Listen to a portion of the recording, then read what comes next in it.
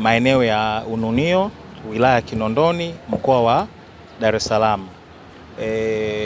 Mpaka sasa hivi hatujapewa taarifa rasmi, taifa na dunia kwa ujumla haijapewa taarifa rasmi ya mazingira ya kupotea kwake Balozi Humphrey Polepole, mahala alipo anahifadhiwa, hali yake ya kiafya,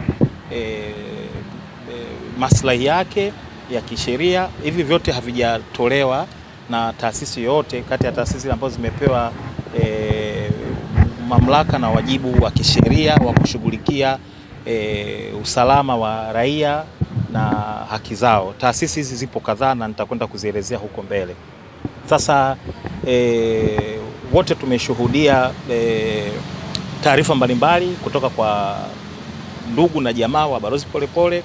Wao wanaamini kwamba amechukuliwa katika mazingira ambayo wao wanatafsiri kwamba ametekwa, na ndivyo ambavyo nafikiri imekuwa reported na hao wanafamilia kwa dunia nzima, na ndivyo ilivyokuwa reported kwangu mimi kama wakili, na huduma zangu zikaombwa ili kuweza kuchakata taarifa au tukio hilo kisheria mahakamani, wakati juhudi nyingine zinafanywa katika fora au katika maeneo mengine. Wote mnafahamu kuna juhudi mbalimbali za kupigania maslahi, haki na pengine uhai wa Balozi Humphrey Polepole. Sasa baada tu ya kuwa tumepewa jukumu hilo la kisheria la kushughulikia maslahi ya kisheria na ya kiuhai na ya kiafya Balozi Humphrey Polepole, mnamo tarehe 6 mwezi wa 10 nilitoa taarifa kwa umma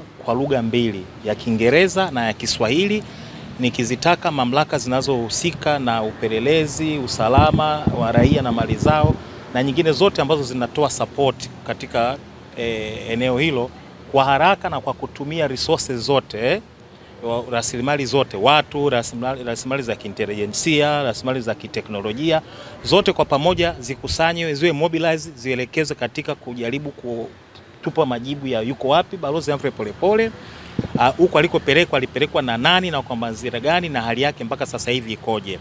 Lakini mpaka leo mimi kama wakili hakuna ambaye amenijibu. Of course labda wao ukiwauliza watasema hatuna wajibu wa kumjibu wakili. Fair and good.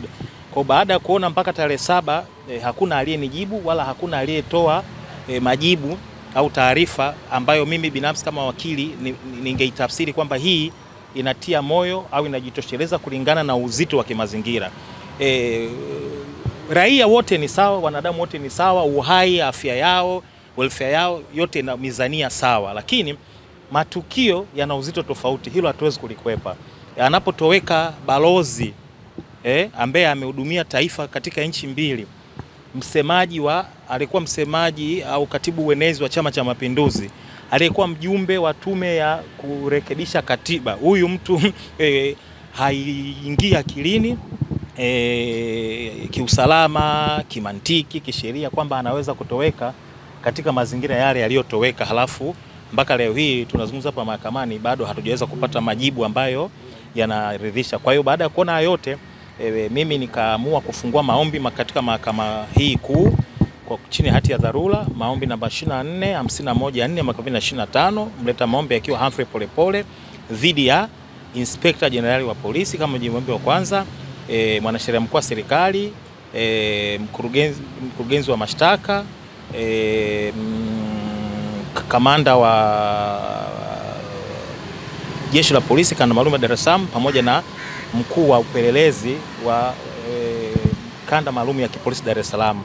Kwa hawa wote tunaamini kwamba mmoja mmoja au wote kwa pamoja wanaweza kuisaidia mahakama mahala au taarifa za alipo Balozi Humphrey Polepole, na ndivyo tumesema katika kiapo kwamba tunaamini hawa wote kwa umoja wao wa kitaasisi au kwa mmoja mmoja wanaweza kuisaidia mahakama iweze kutoa taarifa aina ya